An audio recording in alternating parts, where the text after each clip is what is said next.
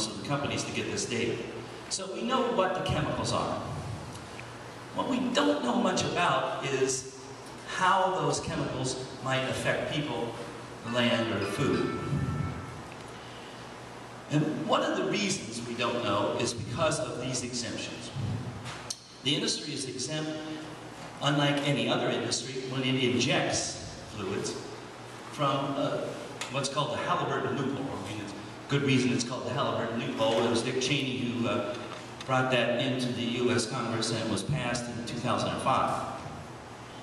So what it means is that injection for the purposes of fracking is not covered by the federal Safe Drinking Water Law. There's a Clean Air Act exemption. It has to do with a lot of little sources aren't required to put controls on, so they're all exempt, because individually a well only puts out a small amount. But collectively, the air pollution is pretty significant, as you'll hear.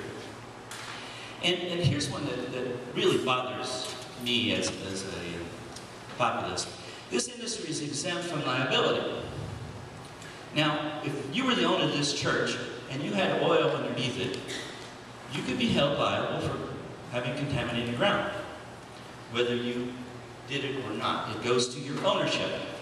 So any industry, if you manufacture cars or pulp mill, you can't avoid your liability from blaming that on a previous owner. If you own the property, you're obligated to clean it up, but not in the oil and gas business.